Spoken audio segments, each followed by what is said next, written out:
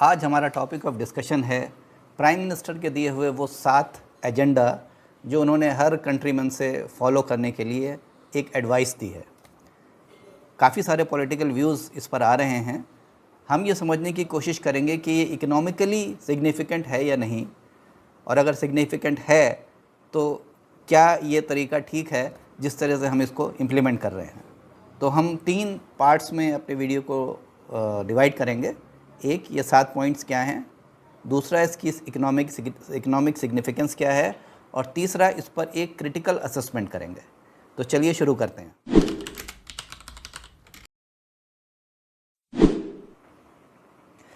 तो ये रहा आपका 7 सूत्रीय प्रोग्राम, 7 पॉइंट्स एजेंडा जो प्राइम मिनिस्टर ने ऑलरेडी दिया है, सारे न्यूज़पेपर्स में अवेलेबल है। आपको पेट्रोल का यूज़ रिड्यूस करना है, कुकिंग ऑयल कम इस्तेमाल करना है, work from home, reduce purchasing of foreign goods, reduce purchasing of gold, important point है, रिड्यूस केमिकल फर्टिलाइज़र्स और reduce non essential foreign tips. ये 7 चीज़ें उन्होंने कही हैं जो कि हमें फॉलो करना है। अब हम इसकी इकोनॉमिक सिग्निफिकेंस समझने की कोशिश करते हैं, जो सेकंड एजेंडा है। इन 7 पॉइंट्स पर मैं कोई डिस्कशन नहीं कर रहा हूँ क्योंकि ऑलरेडी बहुत डिस्कशन इस पर हो चुका है। अब इसकी अगर हम इकोनॉमिक ज़रूरत समझना चाहते हैं कि क्यों हम ये कर रहे हैं, क्यों ये 7 पॉइंट्स उनको आकर और पब्लिक से कहना पड़ा कि आप ये करिए, तो उसके 2 रीज़न हैं। एक तो जो US Israel versus Iran conflict चल रहा है, उसकी वजह से स्ट्रेट ऑफ हॉर्मुज़ ब्लॉक्ड है, तो पेट्रोलियम और पेट्रोलियम प्रोडक्ट्स की जो सप्लाई है वो रुक गई है या बहुत कम हो गई है। हमें अलग अलग सोर्सेज से उसको मंगाना पड़ रहा है, उसके प्राइसेस बहुत ज़्यादा बढ़ गए हैं। और इंडिया एक ऐसा कंट्री है जो अपनी एनर्जी नीड्स जो पेट्रोल के थ्रू होती है, ज़्यादातर पार्ट उसका इंपोर्ट करता है, बाहर से मंगाता है। हमारे यहाँ प्रोडक्शन उसका बहुत कम है, तो जाहिर सी बात है उस वजह से हमारी इकनॉमी पे एक बड़ा फ़र्क पड़ रहा है ऑलरेडी।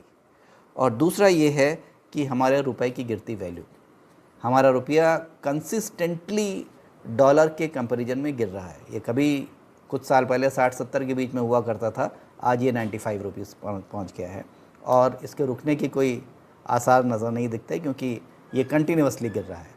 तो इन दोनों एक क्रिटिकल सिचुएशंस को कंट्रोल करने के लिए उन्होंने ये स्टेप लिया है। ऐसा मैं अपने असेसमेंट से कह रहा हूँ, हो सकता है उनका पर्पस कुछ और भी हो जो शायद बियॉन्ड दिस हो, लेकिन मुझे लगता है 2 मेन पर्पस हैं, एक ये पेट्रोल और दूसरा रुपये की फॉलिंग वैल्यू। तो अब हम ये देखते हैं कि जो ये इम्प्लीमेंट किया गया, इसमें जो मेन एम्फेसिस उन्होंने दिया है, एक तो पेट्रोल के यूसेज पर दिया है और दूसरा गोल्ड पर दिया है, जिसका ज़्यादा हम लोगों पर असर पड़ेगा। गोल्ड और फॉरेन ट्रैवल्स, इन चीज़ों से हमारी जो रुपए की वैल्यू है उसको कंट्रोल करने की कोशिश की गई है। और पेट्रोल रिलेटेड जो डायरेक्शंस हैं कि इस्तेमाल कम कीजिए, पब्लिक कन्वेंस का इस्तेमाल कीजिए, वर्क फ्रॉम होम कीजिए, इन चीज़ों से पेट्रोल की खपत कम आएगी। हम कम पेट्रोल ख़रीदेंगे तो गवर्नमेंट को कम पेट्रोल इंपोर्ट करना पड़ेगा। तो ये सही बात है कि ये दोनों टिपिकल प्रॉब्लम्स हैं और इसको एड्रेस करने के लिए ये 2 सेक्टर्स चूज़ किए प्राइम मिनिस्टर ने या गवर्नमेंट ने, एक पेट्रोल और एक गोल्ड। अब आप ये चार्ट देखिए, इंडिया का इंपोर्ट, ये सारा इंपोर्ट दिखा रहा है और इस इंपोर्ट के 2 मेजर कंपोनेंट हैं, एक है पेट्रोल और दूसरा गोल्ड। बाकी सारी कमोडिटीज़ का जो इंपोर्ट है वो 67% और 33% में पेट्रोल और गोल्ड। तो अगर पेट्रोल और गोल्ड पर कुछ कंट्रोल किया जाए तो 33% ऑफ द इंपोर्ट पर हम काफ़ी कुछ कंट्रोल कर सकते हैं। अगर 10% भी इसमें कम किया गया तो 3% का इम्पैक्ट तो पड़ जाएगा। इसलिए ये जो टारगेट किए गए हैं ये दोनों सेक्टर, गोल्ड का और पेट्रोल का, ये बिल्कुल सही है इकोनॉमिकली। क्योंकि पॉलिटिक्स की मुझे समझ नहीं है, मैं पॉलिटिकली नहीं बोल रहा हूँ। इकोनॉमिकली ये जो दोनों टारगेट किए गए हैं, गोल्ड और पेट्रोल, ये दोनों सही है। करीब 22-23% हमारा पेट्रोल का इंपोर्ट है और 10% करीब गोल्ड का है। तो अगर उसको हम एम्फेसिस डालेंगे, उस पर रोकने की कोशिश करेंगे, तो हम दूसरे डिस्ट्रप्शंस को बचा पाएंगे। तो इसलिए हम इस नतीजे पर पहुंचते हैं कि जो ये गवर्नमेंट का एक अप्रोच है कि इन 2 चीज़ों पर कंट्रोल करना है, प्रेजेंट इकोनॉमिक कंडीशन को देखते हुए ये सही है, इसको करना पड़ेगा। अब हम अपने तीसरे पार्ट पर आते हैं और वो है क्रिटिकल असेसमेंट कि जो ये किया गया है क्या ये स्टेप सफिशिएंट है, क्या इन स्टेप्स के थ्रू ही किया जा सकता था या गवर्नमेंट के पास कुछ बेहतर सोल्यूशन हो सकते थे। तो देखिए, मैं जो बात बता रहा हूँ ये अपनी कॉम्पिटेंसी से और जो मैंने रिसर्च की है इस टॉपिक पर, उस बेसिस पर बता रहा हूँ। गवर्नमेंट कॉम्पिटेंट है ये जानने के लिए कि उसको क्या मेथड एडॉप्ट करना है।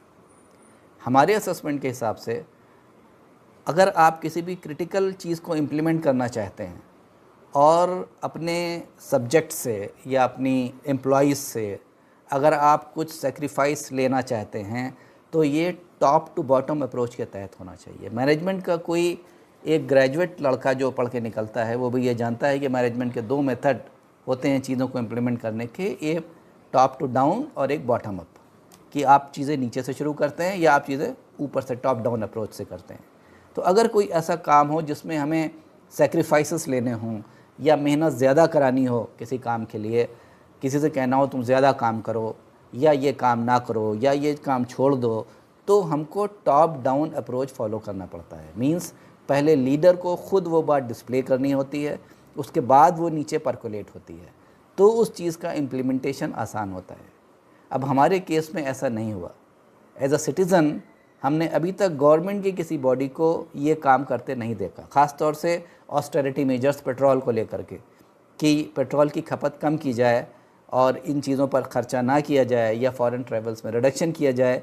ये एज अ सिटीज़न मैंने और आपने गवर्नमेंट ऑफिशियल्स को अभी तक ये करते नहीं देखा है, और ये बात सीधे हमारे पास आ गई।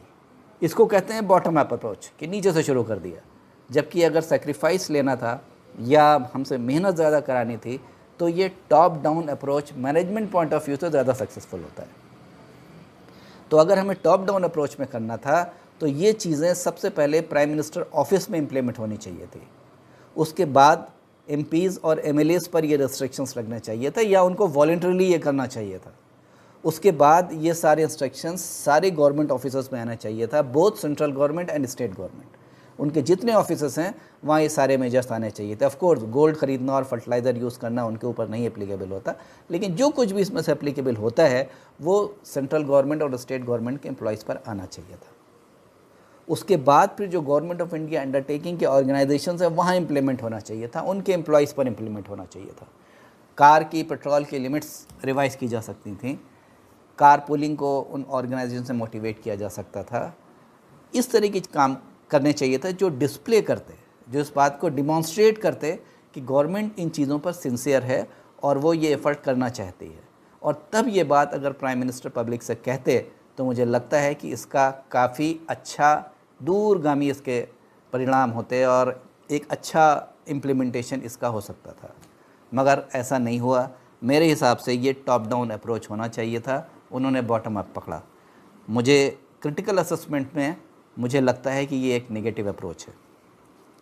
दूसरा जो एक बात कही गई गोल्ड को लेकर के कि लोग गोल्ड ना ख़रीदें। अब सोना हमारे मुल्क में एक इमोशनल चीज़ है, लोग सोने से बड़े ही इमोशनल होते हैं, शादियों में ढेर सारा सोना देते हैं। वैसे तो मैं भी किसी भी एक्स्ट्रा वैगेंजा के अगेंस्ट हूँ। मैंने एक वेडिंग एक्सपेंसेस पर एक वीडियो भी बनाया हुआ है, आप देख सकते हैं, मेरी टाइमलाइन में आपको मिल जाएगा। तो उसमें मैंने ये सजेस्ट किया है कि आप ज़्यादा एक्सपेंसेस वेडिंग में ना करें, बट वो एक दूसरे कॉन्टेक्स्ट में है। अगर हम खाली गोल्ड ख़रीदने की बात करते हैं तो सिर्फ हमारे कह देने से लोग गोल्ड का ख़रीदना कम नहीं करेंगे, क्योंकि वो उससे इमोशनली अटैच होते हैं। अब तो इसका सल्यूशन कैसे किया जाए, क्योंकि गोल्ड तो काफ़ी बड़ी मात्रा में इंपोर्ट होता है, बाहर से मंगाया जाता है हमारी डोमेस्टिक डिमांड को पूरा करने के लिए। तो इसमें हम ये कर सकते थे कि हमारे रिज़र्व बैंक ऑफ इंडिया के पास गोल्ड का बड़ा ज़ख़ीरा है। कुछ पिछले सालों में रिज़र्व बैंक ने काफ़ी गोल्ड ख़रीदा है और gold as a reserve bank ने अपने पास रखा है, और वो इतना है जो हमारे इंपोर्ट से ज़्यादा है। तो क्यों ना हम उस रिज़र्व का एक पोर्शन मोनेटाइज करके उसको पब्लिक को अवेलेबल करा देते, और पब्लिक अगर उस गोल्ड को ख़रीदती हमसे तो हमको बाहर से इंपोर्ट नहीं करना पड़ता। खैर ये पॉलिसी डिसीजन है, इसमें रिज़र्व बैंक के सरप्लस कम होंगे, जो रिज़र्व्स हैं वो थोड़ा सा घटेंगे, लेकिन रिज़र्व का इस्तेमाल तो मुश्किल के वक्त में इस्तेमाल करने के लिए ही होता है। रिज़र्व हमेशा के लिए बना के रखने के लिए नहीं होता। अगर आपके पास मुश्किल का टाइम है कि आपको आकर पब्लिक के एक आदमी से रिक्वेस्ट करनी पड़ रही है, तो इंस्टीट्यूशनली ये काम अगर शुरू हो जाता तो पब्लिक भी उसमें इंटरेस्ट लेती। तो मेरे ख्याल से अगर गोल्ड के इंपोर्ट को कम करना था तो शायद ये इम्पैक्ट लिया जा सकता था। और ये मेरे ख्याल से, मैं ना कहूँ क्योंकि ये कुछ इकोनॉमिस्ट का व्यू है और उन्होंने ऐसा कहा कि ये मेथड भी अडॉप्ट किया जा सकता था इंस्टेड ऑफ आस्किंग पीपल की नॉट टू बाई गोल्ड। इसका इम्पैक्ट ये होगा कि जो लोग गोल्ड से बहुत अटैच्ड हैं वो प्राइम मिनिस्टर के इस स्टेटमेंट को सुन करके गोल्ड और ख़रीदने लग जाएंगे कि अरे भाई इसको ख़रीद करके रख लो, कहीं ऐसा ना हो कि बाद में प्राइस बढ़ जाए या ज़्यादा हो जाए। और कुछ ड्यूटी अभी लगाई भी है गोल्ड के इम्पोर्ट पर। तो ये स्टेटमेंट दे देना कि आप लोग गोल्ड ना खरीदिए, मेरे ख्याल से शायद ये काउंटर प्रोडक्टिव हो जाए, ये उसका उतना इम्पैक्ट नहीं लाएगा। तीसरा एक जो उन्होंने बताया फर्टिलाइज़र को लेकर, जो किसान हमारे केमिकल फर्टिलाइज़र्स यूज़ कर रहे हैं, ये बात सही है कि केमिकल फर्टिलाइज़र्स की जगह अगर हम ऑर्गेनिक फर्टिलाइज़र इस्तेमाल करते हैं, नेचुरल प्रोडक्ट यूज़ करते हैं, तो हमारे लिए ज़्यादा अच्छा होगा, किफ़ायती भी होगा और लैंड के लिए भी, लैंड की उपजाऊ बनाने के लिए भी वो ज़्यादा बेहतर होगा। ये केमिकल फर्टिलाइज़र्स तो 70s में और 60s में हमने ग्रीन रेवोल्यूशन के तहत हमारे कंट्री में उसको इंट्रोड्यूस किया गया था और बहुत बढ़ावा दिया गया था, इसलिए क्योंकि हमारी प्रोडक्शन यील्ड बहुत कम थी, हमारा प्रोडक्शन बहुत कम था और यील्ड को बढ़ाने के लिए इसको किया गया था। लेकिन अब उस मेथड को करे हुए 50-60 साल हो गए हैं और अब ये हाई टाइम है कि हम ऑर्गेनिक फर्टिलाइज़र्स की तरफ शिफ्ट हों। लेकिन ये भी किसान से कह देने से काम नहीं चलेगा। जितनी सब्सिडी हम इस वक्त इन केमिकल फर्टिलाइज़र्स को गवर्नमेंट दे रही है, अप्रॉक्सीमेटली 70 to 80% सब्सिडी में दे रही है।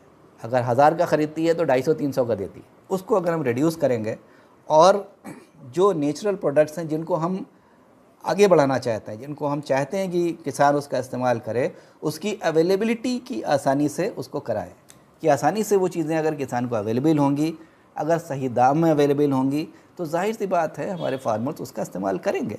अगर उसकी कॉस्ट कम है और वो इजीली अवेलेबल है तो कोई उसका इस्तेमाल क्यों नहीं करेगा, बिल्कुल करेगा।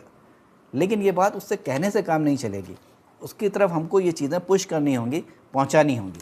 तो वो एफर्ट गवर्नमेंट से देखना चाहिए कि इन प्रोडक्ट्स की अवेलेबिलिटी हर गांव में, हर जगह पर अवेलेबल है, तब तो उसका यूज़ हो पाएगा, खाली कहने से तो नहीं होगा।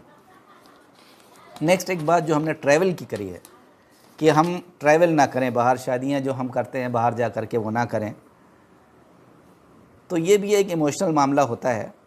लेकिन हम अपने कंट्री के लोगों को बाहर जाने से क्यों रोक रहे हैं? हम अपनी फैसिलिटीज़ क्यों नहीं इतनी अच्छी करते कि बाहर से हमारे यहाँ टूरिस्ट बढ़ जाएं? इतना बड़ा कंट्री है और हमारे पास टूरिस्ट नहीं है। हमसे छोटे छोटे कंट्री सिंगापुर और ये सब हैं, ज़रा से यहाँ पर टूरिस्ट जाते हैं और हम अपने यहाँ टूरिस्ट को अट्रैक्ट नहीं कर पाते। आपके पास जम्मू एंड कश्मीर है, वहाँ की जगहें पहलगाम, गुलमर्ग, सोनमर्ग, क्या खूबसूरत जगहें हैं, लेकिन क्या मार्केटिंग है उसकी? क्या हम उसको प्रॉपरली मार्केट करते हैं कि हमारे पास टूरिस्ट आएंगे? ताजमहल, क्या मार्केटिंग है हमारी? कुछ साल पहले यूपी गवर्नमेंट ने एक बुकलेट इशू की थी यूपी के ट्रैवल पर, उसमें ताजमहल को दिखाना ही वो भूल गए। तो ये तो हमारा लेवल ऑफ मार्केटिंग है कि हम जो हमारा 7 वंडर्स में जो आता है हमारा मॉन्यूमेंट, हम उसको उसमें डालना ही भूल जाते हैं। तो जब हम उसमें पर्सनल एजेंडा ना लाएं और ये जो चीज़ें जो इंटायर वर्ल्ड में एक्सेप्टेबल हैं उनको मार्केट करने की कोशिश करें। साउथ इंडियन टेम्पल्स, इनका आर्किटेक्चर इतना मार्वलस है कि अब वर्ल्ड के किसी भी कोने में आप जाएं, आपको इसके टक्कर का आर्किटेक्चर मिलना मुश्किल हो जाएगा। स्पेशली जो सदर्न इंडिया में जो टेम्पल्स हैं, उसको मार्केट करें, लोग आएंगे देखने के लिए। तो इंस्टेड ऑफ आस्किंग पीपल कि भाई आप बाहर मत जाओ, लोगों को बाहर से बुलाओ, तो आपके पास फॉरेन एक्सचेंज आएगा, आपके फॉरेन एक्सचेंज की प्रॉब्लम सॉल्व होगी। और टूरिज़्म पे तो कंट्री चल रहे हैं पूरे के पूरे। इतना वास्ट हम अपना सिस्टम रखने के बाद और अपने टूरिज़्म को हम उतना बढ़ावा नहीं दे पा रहे हैं, ये हमारा फेलियर है। तो अगर हम इस पर काम करेंगे तो हमारा फॉरेन एक्सचेंज भी इम्प्रूव होगा और हमारे कंट्री की रेपुटेशन भी बढ़ेगी, इंस्टेड ऑफ सेइंग कि भाई आप बाहर मत जाओ। तो क्रिटिकली असेसमेंट में मैं ये कह सकता हूँ कि इन मेथड्स को जिस तरह से इम्प्लीमेंट किया गया है, शायद बेहतर तरीका हो सकता था इसको इम्प्लीमेंट करने का। हो सकता है अगर कोई पॉलिसी मेकर इसको सुन रहा हो तो वो इस पर कंसीडर करे कि इन चीज़ों को कहाँ तक इम्प्लीमेंट किया जा सकता है। मैं इसको कंक्लूड यहीं पर करूँगा कि क्रिटिकल असेसमेंट के थ्रू उसका इम्प्लीमेंटेशन चाहे जिस तरह से हुआ हो, लेकिन जो एडवाइसेस दी गई हैं, इन एडवाइसेस में कहीं कोई कमी नहीं है। और अगर एज अ सिटीज़न अगर हम इनमें से कोई चीज़ इम्प्लीमेंट कर सकते हैं, जैसे कि अगर हम अपना पेट्रोल को कुछ बचा सकते हैं या खाने के तेल को अगर हम इस्तेमाल कम कर सकते हैं, तो ये ख़ुद हमारे लिए ही बेनिफिशियल होगा। इंस्टेड ऑफ थिंकिंग कि ये किसके लिए बेनिफिट होगा, ये गवर्नमेंट कह रही है, उसने ठीक किया कि नहीं किया, पहले उसने टॉप टू बॉटम अप्रोच से वो उसने किया या नहीं किया। अगर हम इसको इम्प्लीमेंट करेंगे तो ये हमारे और कंट्री दोनों के लिए बेहतर होगा। Thank you for listening me. अगले वीडियो के साथ फिर हाजिर होऊंगा जल्दी ही। थैंक्स।